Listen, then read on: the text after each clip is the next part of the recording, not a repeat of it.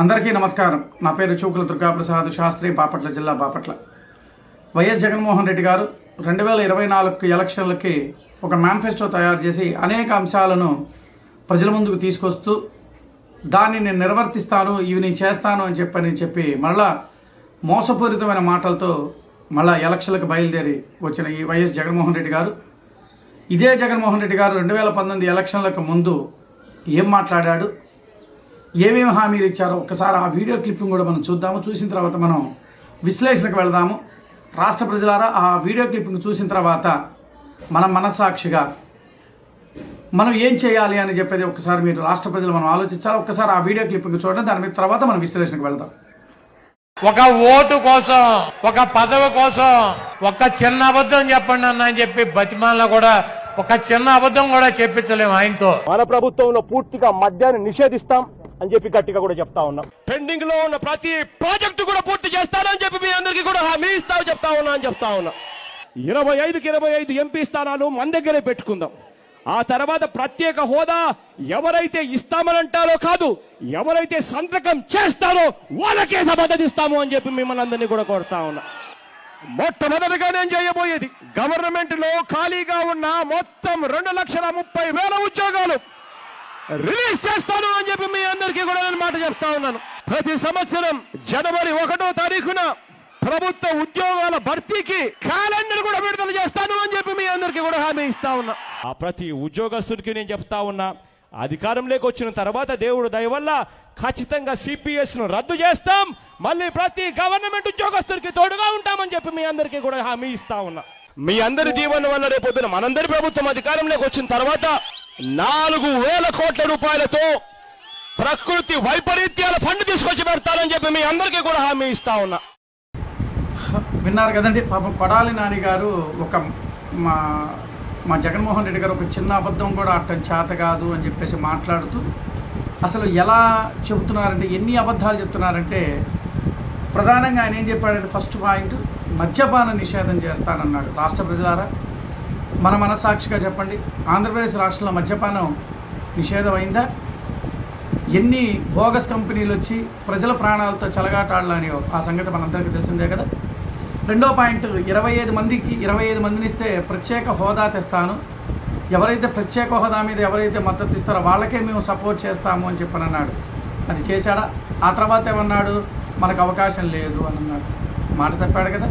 అలాగే 2,30,000 మంది ఉద్యోగాలకి భర్తీ చేస్తానని చెప్పాడు. గవర్నమెంట్ ఉద్యోగస్తులు ఎవరికైనా, అయ్యా నిరుద్యోగులారా, గవర్నమెంట్ ఉద్యోగస్తులకు ఎవరికైనా ఉద్యోగాలు వచ్చినాయా? మరి నాకైతే తెలియలేదు. మరి ఎంతమందికి ఉద్యోగాలు వచ్చిన 2,30,000 మందికి ఉద్యోగాలు వచ్చినాయో మరి రాష్ట్ర ప్రజలు మీరు నిర్ణయం చేయాలి. తర్వాత జనవరి 1వ తేదీన ఖచ్చితంగా జాబ్ క్యాలెండర్ విడుదల చేస్తానని అన్నాడు. విడుదల చేశారా అండి? అలాగే ఇంకోటి 4,000 కోట్ల రూపాయలతో ప్రకృతి వైపరీత్యానికి సంబంధించి, అంటే ప్రకృతి వైపరీత్యాలు జరిగేమైనా పంటలు నష్టపోయిన వాటికి 4,000 కోట్ల రూపాయలతో ప్రత్యేక నిధిని ఏర్పాటు చేస్తారన్నాడు. మరి ప్రత్యేక నిధి ఏర్పాటు చేశారండి? మరి ఏర్పాటు చేస్తే మొన్న జరిగిన మౌన్సింగ్ తుఫాన్లో రైతులు దెబ్బతింటే వాళ్ళకి ఎంతమందికి డబ్బులు ఇచ్చారండి? ఎన్ని అబద్ధాలు చెప్పుకుంటూ 2019లో ప్రజల్ని మోసపూరితంగా మాటలతో చెప్పి ప్రజల్ని మోసం చేసిన ఏకైక ముఖ్యమంత్రి వైఎస్ జగన్మోహన్ రెడ్డి గారు. పాపం సరే, ఇప్పుడు మరలా 24లో మేనిఫెస్టోలో ఆయన నేను విన్నా, ఏది మన దీంట్లో సామాజిక మాధ్యమాల్లో విన్నా, ప్రతి ఒక జిల్లాకో లేకపోతే ఎక్కడో మొత్తానికి ప్రతి నియోజకవర్గానికి సంబంధించి ఒక స్కిల్ డెవలప్మెంట్ పెడతానన్నాడు. మరి స్కిల్ డెవలప్మెంట్ మరి ఇన్ని నువ్వు ఇప్పుడు 2019 నుంచి 2024 వరకు కూడా ఇన్ని నువ్వు చేయలేని వ్యక్తివి, మరి నువ్వు ఇప్పుడు ఎలా చేస్తామని జనాలను నమ్మిస్తున్నా? కేవలం పదవీ ఆకాంక్షతో ప్రజలని, అదేమంటే నేను సంక్షేమ పథకాల ద్వారా ప్రజలకి నేను మేలు చేశాను, దగ్గరికి చేరానని అన్నాడే తప్ప, రాష్ట్ర ప్రజల గతంలో కూడా నేను చెప్పా, ఒక చిన్న వీడియో రూపంలో కూడా మీకు చెప్పా, క్యాలిక్యులేషన్తో సహా మనకిచ్చింది ఎంతయ్యా అంటే, మొత్తం మీద యావరేజ్గా మన మీద పడుతున్న భారాలతో సహా వివరించి కూడా నేను చెప్పా. ఇచ్చింది పావలా అయితే తీసుకున్నది రూపాయి. దాని యొక్క వీడియో క్లిప్పింగ్ కూడా నేను దీంట్లో, ఆ లింక్ కూడా నేను దీంట్లో పెడతాను, ఒకసారి ఆ వీడియో చూడండి. చూసిన తర్వాత నేను చెప్పింది అవునా కాదా అని మీరు ఒక్కసారి మీరు ఆలోచించండి.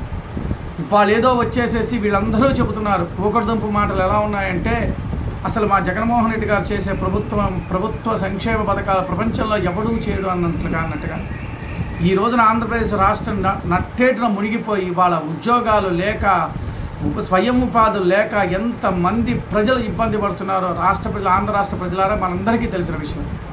ఇప్పుడు మనం ఆలోచించాల్సిన ఇలాంటి దొంగ మాటలు, ఇలాంటి నమ్మశక్యమైన మాటలు ఎవ్వరూ మనం నమ్మకూడదు.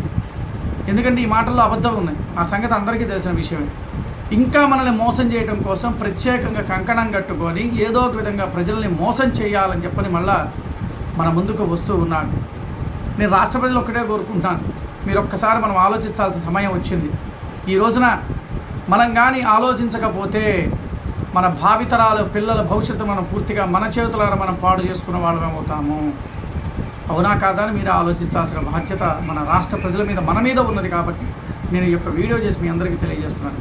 ప్రధానంగా నేను ఒకటి చెప్పే విషయం ఏంటంటే, ఈ వీడియో చూసిన వాళ్ళు నేను చెప్పింది అవునా కాదా కరెక్టా అని చెప్పి మీరు ఒకసారి ఆలోచించి లైక్ చేయండి, షేర్ చేయండి, అలాగే కామెంట్స్ రూపంలో కామెంట్స్ తెలియజేయండి.